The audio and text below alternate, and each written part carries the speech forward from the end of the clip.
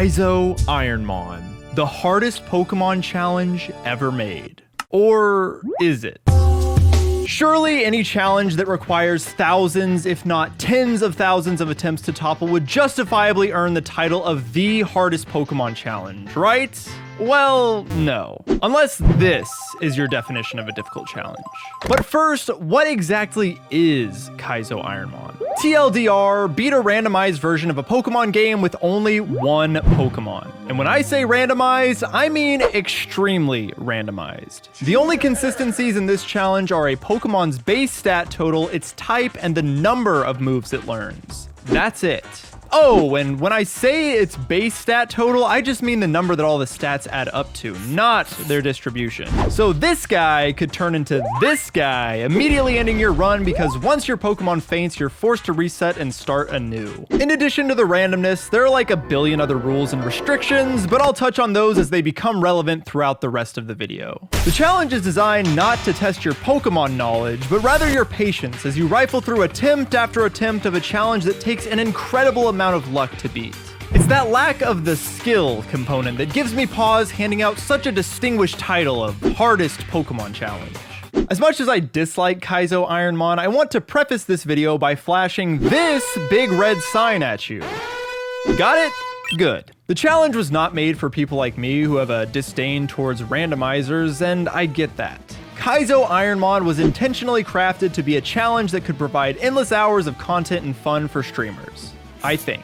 This video serves as a response to all the annoying chatters and YouTube commenters that have stemmed from the popularity of the challenge who leave comments like, heh, this guy could never beat an actual hard challenge like Kaizo Ironmon. The fewer people that have this mindset about the challenge, the better. So my goal today is absolutely not to hate on the people who play and enjoy Kaizo Ironmon, but rather expose the challenge for not being as difficult as people seem to believe. In order to best walk you through all of the different rules that are present in this challenge, I'm going to need a little bit of help.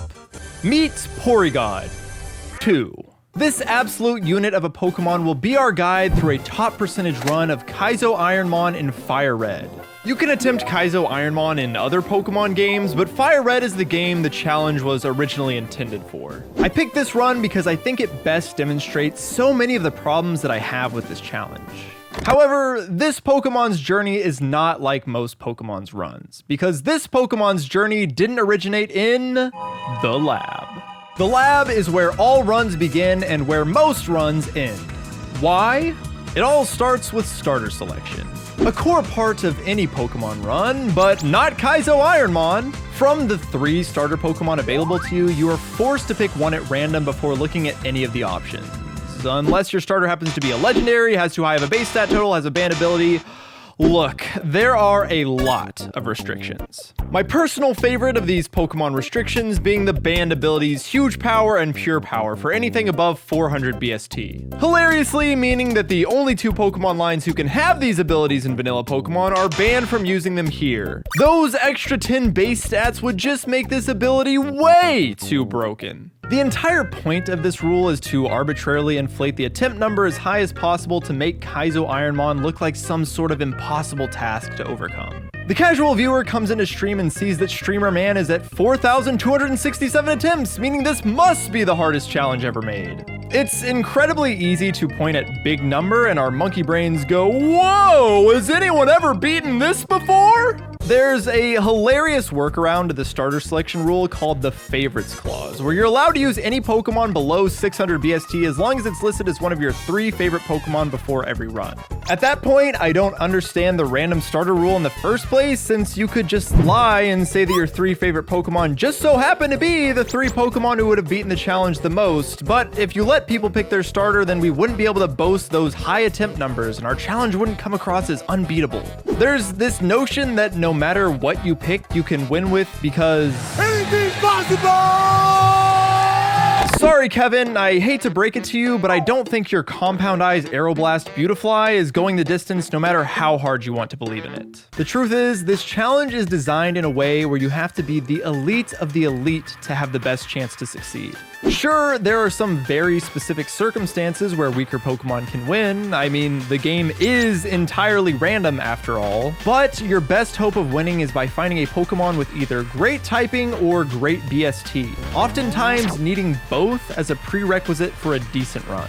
Even if you were to pick what you felt was the best starter every single time, it might not matter because the first rival fight is so unfavorable. Randomized stats, abilities, and movesets aside, the levels of all opposing Pokemon have been increased by 50%, which might sound scary at first, but it really only makes any meaningful difference for the first and last few fights of the game. Once you're actually in the mid-game, you'll be 20, 30, all the way up to 40 levels above the enemy Pokemon. Why can't you be overleveled for every fight?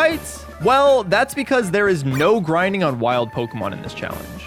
The only experience points you can gain are those that you've earned in trainer battles. However, wild Pokemon do still serve a very important role in the early game because getting out of the lab means that 4 new areas open up to you for potential Pokemon to pivot to. So if you're stuck with a weak Pokemon that managed to overcome the odds and escape the lab, you can now put your faith in 4 new, slightly longer tables to choose from. You're only allowed 1 pivot per area, but you can search for an infinite amount of time to find the best level and ability combination to power your run. And look who finally decided to join us. It's Porygon 2. This Porygon 2 has a staggering 38 special attack at level 8, which is the highest attacking stat I'd ever seen at this level with a modest nature. Not to mention, it had the moves to back it up. With Shockwave and Psychic, I could hit every type in the game for at least neutral damage and was only resisted by these few Pokemon. Oh, and Shedinja, but I had Drill Peck for that, which is something I'll touch on later. This was about as ideal of a Pokemon as you could ask for. You want to be specialized in one of your attack stats because the less points in the useless attacking stat, the more that those stats will go to the ones that matter. The HP was low and the ability was useless, but with good speed and a special attack stat that could start world wars, I knew this Pokemon had the potential to go all the way. It's immediately off to Viridian Forest where I'll fight all of the trainers inside to gear up for this challenge's ultimate roadblock. Roadblock? If you thought that the lab rival was the gatekeeper of good runs, you were sorely mistaken. Brock is the final fight until the champion where your Pokemon will be underleveled, plus he's packing 5 Pokemon instead of his normal 2. All gym leaders are given an additional 3 Pokemon in their parties, and it's all random, baby! He could throw out 3 little bugs, or he could throw out 3 big ol' birds. Who knows? Gyms are designed to really test your Pokemon's strength, as you are required to fight every single trainer prior to facing the gym leader, but you'd probably want to just do this anyway to maximize experience, and they're really not all that difficult. You might think, that's not too bad, you can just heal before each battle, right? Wrong. You're only ever able to use items while in battle, and these things, yeah, these are banned, so you're only allowed to use the items that you've picked up from the ground, that have also been completely randomized. I sure do love RNG. It'd be one thing if you got to use all the fun items that you've picked up along your journey, but nope, that really good held item you're thinking of right now, it's banned. Your Pokemon can only hold consumable berries and herbs, so you can just go ahead and kick any skill expression to the curb. Oh, and just as an extra middle finger, these aren't allowed either. Meaning, of the roughly 100 obtainable items you're allowed to use, 66 of them. But that number includes Pokeballs, repels, and stat boosting vitamins that will eventually become useless. If you boil it down to the crucial items that you'd actually want to use in battle, that number shrinks to 30. Every time you pick up an item, there is only a 30% chance that you will pick up something that might be useful to you in battle. We could sit here all day shrinking this number further and further by only including items that would be useful in the late game, but just realize that the item luck is half the battle. Sorry, I'm ranting again. Let's get back to that Brock guy. This is the hardest fight left until the Elite Four, and I beat it in 5 A presses. Truly the pinnacle of difficulty. It takes such a skilled trainer to beat such a massive run-ender as this one. I will take this as an opportunity to clear up a major misconception that I've seen floating around the Kaizo Ironmon community when it comes to what the AI chooses to send in after you KO an opposing Mon. Countless times I've heard smart AI always sends out the biggest threat second, which can only be the result of some Kaizo Ironmon telephone game. I can see where this misconception stems from, as the AI will look to check for a Pokemon with a super effective move to send out, but it always favors the Pokemon with the worst typing if multiple Pokemon satisfy the conditions to be sent out. So while the AI does prioritize sending out Pokemon with super effective moves, it still throws you a bone by attempting to give you the best type matchup available first. However, there's one major catch. This check can include status moves, meaning if Porygon 2 here happened to knock out a Machop first, then a Weedle with Detect would be sent in before a Rayquaza with Outrage. Thus, by Kaizo Ironmon logic, making this the biggest threat.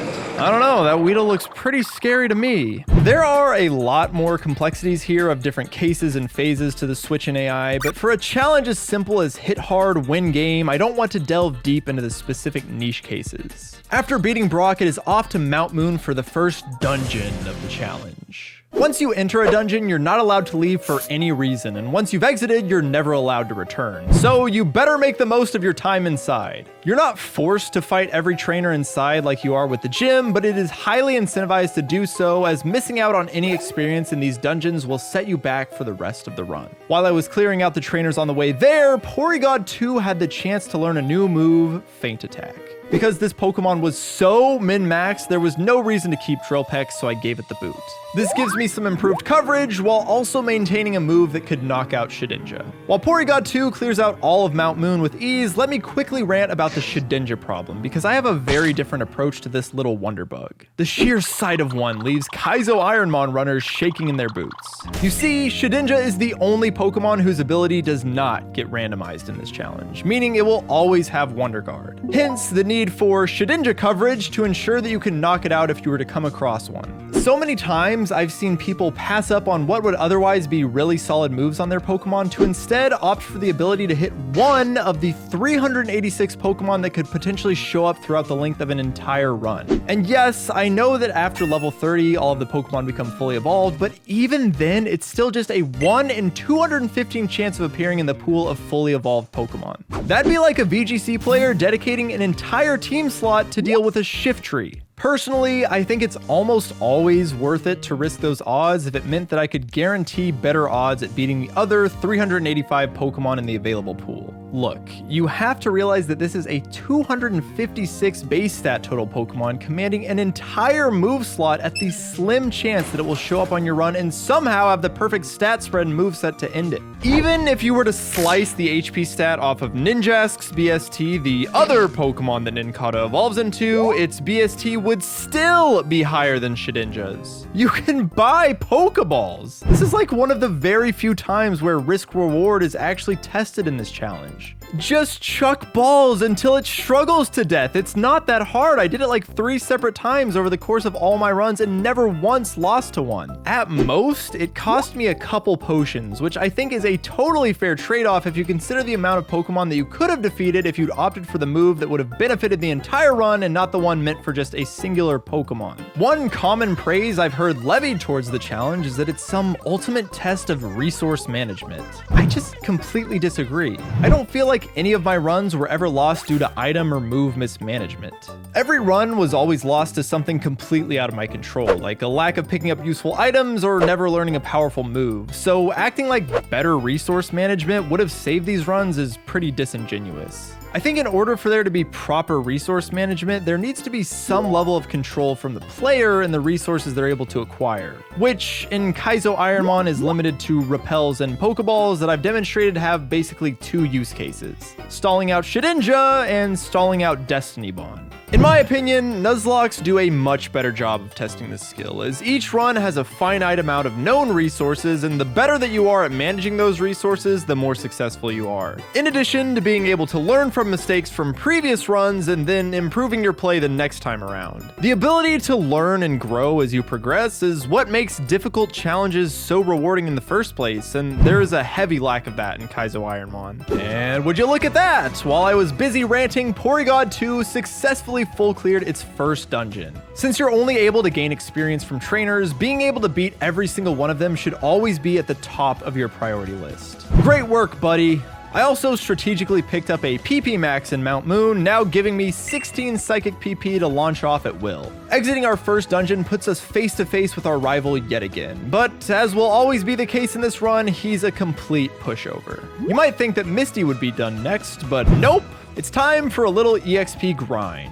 After clearing out all of Nugget Bridge and routes 24 and 25, it's down to Vermilion to clear out the remaining trainers on route 6 and 11 to get to as high a level as possible, and then, you guessed it, clear out Misty's gym with 0 adversity. It's just the pinnacle of difficulty, man. Personally, I love a good challenge where I just turn my brain off and mash the A button through 99% of the playthrough. Normally, you're unable to learn any TMs you obtain throughout this challenge, with one exception, TMs handed out by gym leaders. Outside of your normal level up learn set, you will have an opportunity to learn 8 additional moves based on the random move TM that you're given by a gym leader after they're defeated. Even then, you still have to pass the coin flip on whether or not your Pokemon can actually learn the move that you've acquired. Misty was kind enough to give us TM03 Psychic. I appreciate the gesture, Misty, but I really would have loved Flamethrower. It was almost inevitable that I'd eventually run into some behemoth that could match Porygon 2's raw firepower. If it didn't learn more powerful moves throughout the rest of the journey, it could be in deep trouble, and there's nothing I can do about it. It's off to enjoy a nice and relaxing cruise on the SS-An next. Well, maybe not too relaxing, as the healing beds in any dungeons are, you guessed it, banned. Porygon 2 would have to face off against our rival and then clear out as many trainers as possible before leaving. With level 44 on the horizon and a new level up move in sight, I was hoping for an additional game-changing move. Water Gun? Bro, unironically, I think we take it. Water Gun coming off of this massive special attack stat is still no joke, especially when you consider just how many Pokemon in this game are 4 times weak to a little water. Still not great, considering that a neutral Psychic is still more powerful than a 2 times super effective Water Gun, but it's something. Porygon 2 proceeds to have no trouble fully clearing out each and every trainer in the SS-An, and didn't even need to use its newfound weapon. There were now just 2 chances to acquire new moves prior to the upcoming mid-game grind. A level 48 level up move and Lieutenant Surge's Gym TM.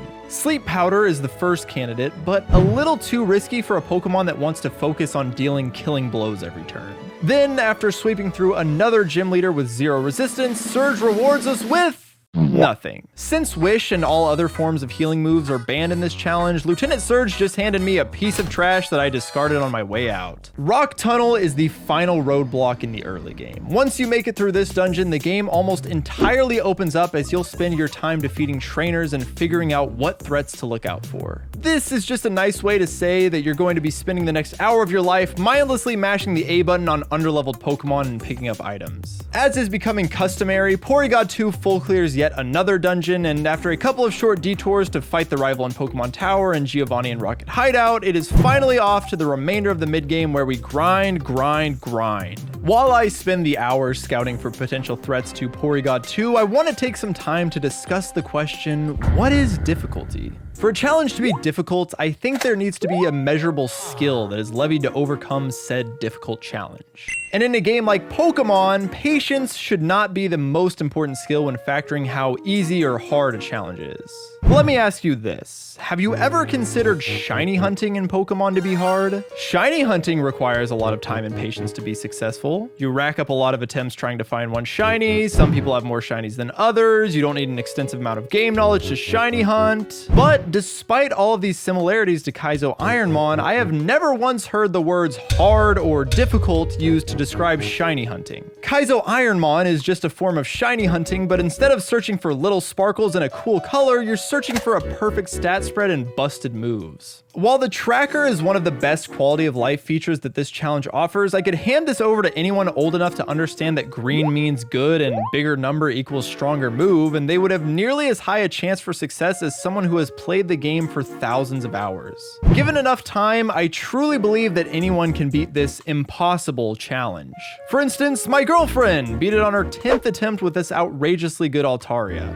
Obviously, this means she's just a way better Pokemon player than me. But now the challenge doesn't look too intimidating when the attempt counter barely reaches double digits. Compare that to any other Pokemon challenge.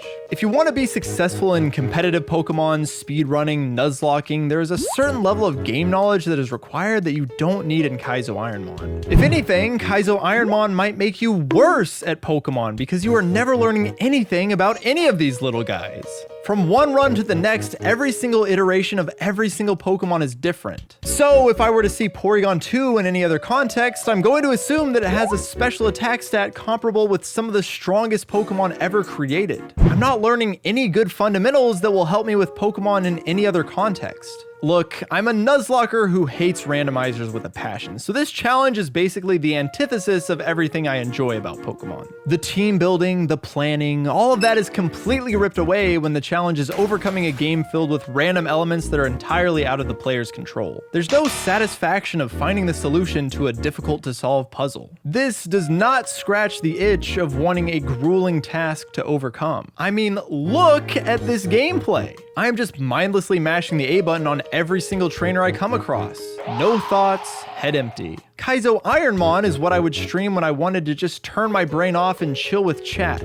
Oh, wait. Sorry, I'm talking about shiny hunting again. My point is, Kaizo Ironmon doesn't deserve to be called the hardest Pokemon challenge just because people have thousands upon thousands of resets looking for that perfect Pokemon to win with. When you boil the massive attempt counters down to the runs that actually had any chance of succeeding, you have maybe 100 max? And even that feels like I'm being extremely generous. Of all my runs, there was a grand total of 3 Pokemon that were good enough to make it to the Elite Four and only 5 that made it past Koga. It's not like people are constantly losing at the very end of the run. 80 to 90% of these attempts are over in a matter of seconds. A good challenge needs to have some sense of skill progression. The player needs to feel like they can improve from their mistakes in one run and come back better the next time. But when the run was lost to factors entirely out of the player's control, they won't be able to learn anything from it. They're sent back to square one with no new knowledge to pull from and just try over and over again until the game decides that they can win. Sure, any other Pokemon challenge will have elements of luck baked into them, as it's inherently part of Pokemon. But those challenges differ from Kaizo Ironmon in that they work around the luck to find the safest strategies possible, while this challenge embodies the luck and is required for you to have success. A winning Kaizo Ironmon run is 99% luck and 1% skill. Just make sure you press the right buttons at the right time when you have your god tier Pokemon and you'll win. All of these other Pokemon challenges require an extensive amount of game knowledge to be considered one of the best, but any random Joe Schmo could rack up Kaizo Ironmon wins if they had the patience and time to commit to doing so. Nuzlockers can pinpoint with exact precision what the opposing trainer AI will do next. Speedrunners can figure out whatever the hell this is. Kaizo Ironmon runners have a vague understanding of some Gen 3 mechanics. I bring this up only to make the point that I don't blame the people who play Kaizo Ironmon for their lack of knowledge. I blame the challenge. The challenge itself doesn't incentivize knowing any of these deep game mechanics because the entire thing is just random. I simply cannot get behind the idea of calling Kaizo Ironmon the hardest Pokemon challenge when the challenge hardly tests your Pokemon knowledge at all. Propaganda piece out of the way, I am finally finished with the mid-game grind, and over the course of my hour-long endeavor of mashing the A button, I discovered that these are the problem children I'd need to watch out for. They are either resistant or immune to Psychic, which severely limits the damage potential of Porygon 2. The special attack stat wasn't insane enough to overcome the low base power of our other moves that we'd need to use to deal with these specially bulky menaces. The fate of my run had been sealed. I either luck into solutions that solve these problems, or I just avoid them entirely. Porygon 2 was ripped away from my hands and placed into that of the RNG gods. I also ended up snagging a few additional heals that should sustain our nuclear weapon until the very end. Given how easily it has cleared everything else up to this point, I don't think that will be a problem. Now that all of the trainers available to us in the region have been cleared out, we can do Erica and Koga as quick back-to-back gym gauntlets. Porygon 2 is now a massive level 74, so Erica and her team of level 30 Pokemon are a complete joke. I mean, it's one Pokemon up against 6. It's a totally fair fight. Koga's gym should be a different story. Koga's gym is filled with higher level Pokemon that should, in theory, be tougher to take down, but did you really expect Porygon 2 to have any issues? In one of the hardest gyms in the game, Porygon 2 was hit once and was only unable to one-hit KO the 2 bulky legendaries. Once you've done all that resetting and finally get that god tier Pokemon, it's crazy just how trivial this challenge becomes. Now that Koga has been defeated, the late game of Kaizo Ironmon has officially begun. If you have a Pokemon that makes it past Koga, there is a very high chance that your Pokemon will make it all the way to the Elite Four. Every decision from here on out is intended to maximize your chances of winning, which starts by surfing to Cinnabar Island to take on Blaine. In any other playthrough, you'd almost always do Sabrina next, as she has the same level cap as Koga, but Kaizo Ironmon is a bit different. To unlock Sabrina's gym, you'll have to clear out Silphco first, and if your only worry is defeating Giovanni, that's no issue at all. But if you plan on taking out every single one of his grunts prior to doing so, you need to take a different approach. The level difference between Blaine and Sabrina is pretty negligible at this point, since prior to entering the gym, you will have fought all of the surfing trainers, all of the wackos inside the mansion, and all of these martial arts enthusiasts.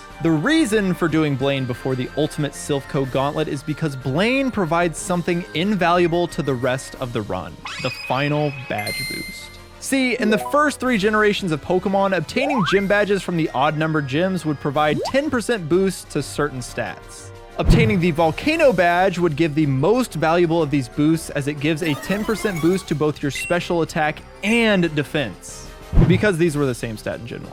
Doing Blaine first would greatly maximize Porygon 2's chances of full clearing Silphco because of how astronomically high its special attack was, and strengthening up that special defense would give some additional peace of mind. Going into the fight at level 83 meant I would still be 12 levels higher than Blaine's ace, and wow, would you look at that! Another clean sweep from Porygon 2. Out of 6 gym fights and 34 total Pokemon, Porygon 2 has been hit once for a grand total of 80 HP. What's the point of having all these heals if I'm never able to use them? And once again, I'm let down by another gym TM. Imbued with the power of an additional 10% special boost, it was time for Porygon 2 to flex its virtual muscles. It had managed to full clear every dungeon prior to this one, but Silphco is a different beast. 30 different trainers totaling nearly 100 Pokemon that need to be defeated to eke out each and every experience point that this building has to offer. Silphco is tricky because normally you want to beat all of the required fights first and then beat as many of the optional trainers as you can until you leave the dungeon. But in Silphco, beating Giovanni will force all of the other grunts to exit the premises. Porygon 2 would have to continue the trend of obliterating anything that walks in its path to make sure that the task was a success. Silphco is the most fun part of this entire challenge, which is a shame because so few runs actually make it here. It's pretty amazing that the challenge has gotten as popular as it has when such a small portion of it is actually spent having fun playing the game.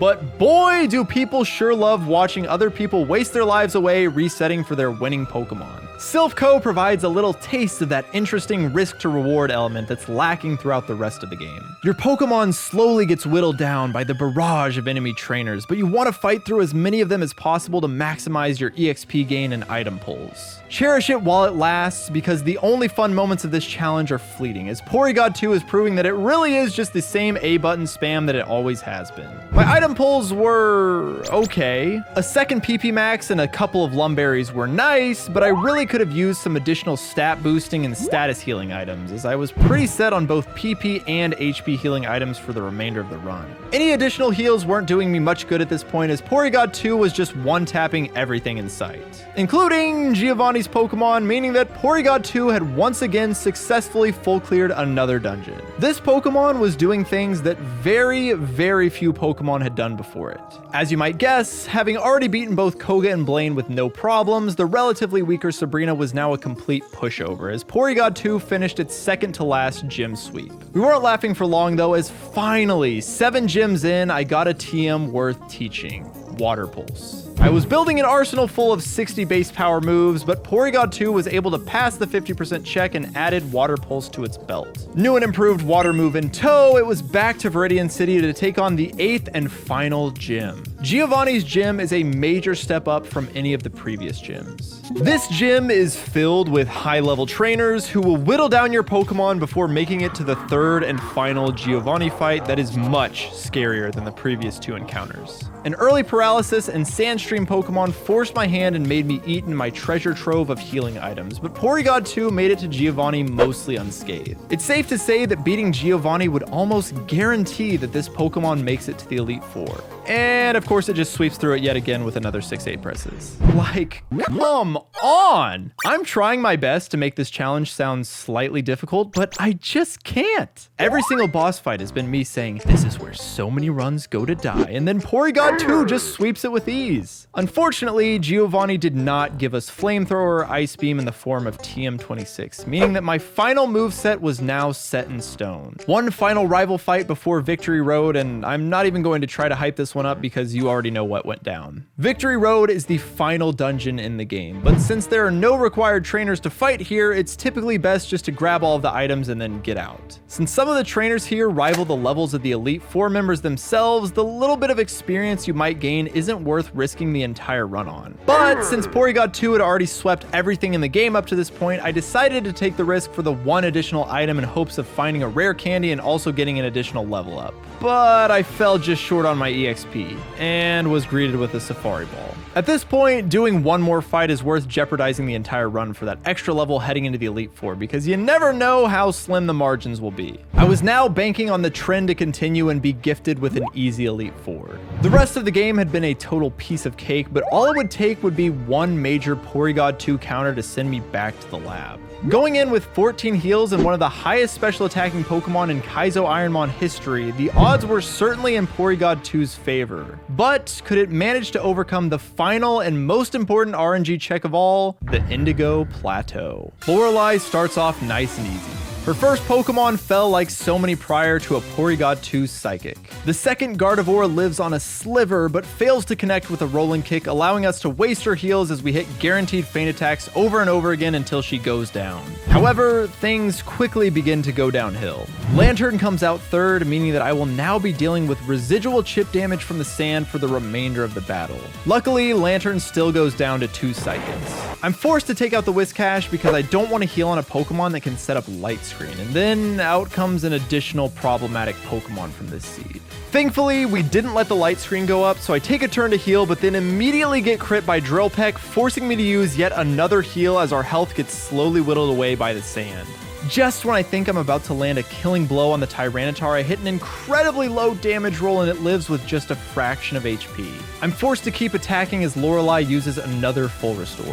Porygon 2 crits the Water Pulse, but once again it falls just short of picking up the KO. The sand ticks continue to rack up. I have to kill the Tyranitar because I can't risk getting confused by Psybeam. Solrock is the last Pokemon to come out, and I pray that it doesn't threaten us, but it launches a fully juiced 150 base power eruption, nearly negating the entirety of the heal. I have no choice but to take it out with a Water Pulse and move on to Bruno at just half HP. Not a great start for Porygon 2. The RNG has not been in its favor. Bruno starts off much the same with an easy KO on Espeon, but then disaster strikes. Metagross is sent out next. Porygon 2's hardest counter is now staring me down in the Elite Four. Water Pulse is barely doing a quarter of Metagross's health bar, and this time it came equipped with Blizzard, an utter catastrophe. And Metagross was not planning on missing. Luckily, I'm able to land a Water Pulse Confusion, but Metagross breaks through and hits another Blizzard, forcing me to heal again. The turn after, exact same outcome. At last, a slight glimmer of hope. I get the self-hit. But on the very next turn comes the realization that this is the end. The only way we kill it is if we high roll the Water Pulse. It has like no attack.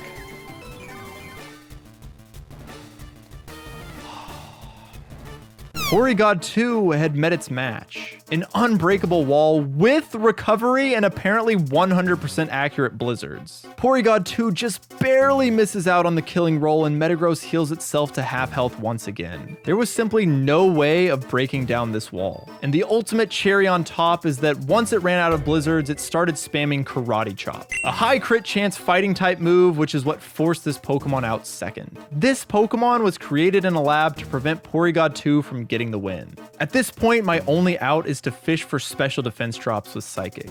I managed to get one, and combined with a Water Pulse crit, it's just barely enough to take down the beast. What happens next? Jesus Christ. Oh my god! I immediately get outsped and poisoned by Jumpluff. A catastrophic ending unfolding right before my eyes. Zangoose provides one moment of respite by splashing about, so Bruno and I both trade full restores. Porygon 2 eats a huge Volt Tackle as I heal Psychic PP, but because of the recoil damage, I'm able to punch back with a deadly Psychic. But Bruno was out for blood. He sent out the nail in Porygon 2's coffin, a Sandstream Sceptile with Psycho Boost, ending Porygon 2's chances at victory. The RNG gods have favorites, and on that day, Porygon 2 was not amongst them. I wanted to tell this Porygon 2 story because to me, it perfectly encapsulates everything wrong with this challenge. Every single dungeon was full cleared, no items were mismanaged, 0 mistakes were made. Every decision in the entire run was made obsolete by a single Pokemon that happened to be the perfect counter to what I had been led to believe was a perfect Pokemon. To put into perspective just how insane this Porygon 2 was, this is the 13th highest special attack on any Pokemon to ever attempt this challenge, and it still wasn't enough. At the end of the day, Porygon 2 lacked the moves to back up that ungodly special attack stat. And even if that Bruno fight had gone more in my favor, lo and behold, waiting for me on Lance's team was yet another Metagross. It was truly an unwinnable seed from the start. I failed to pass the final and most important RNG check of all, the Elite Four. If after everything I've said, you're still interested in watching some masochists put themselves through the torture that is this challenge, then you can follow me on Twitch, where I'm currently streaming my attempts to beat it. Is what I would have said before this happened.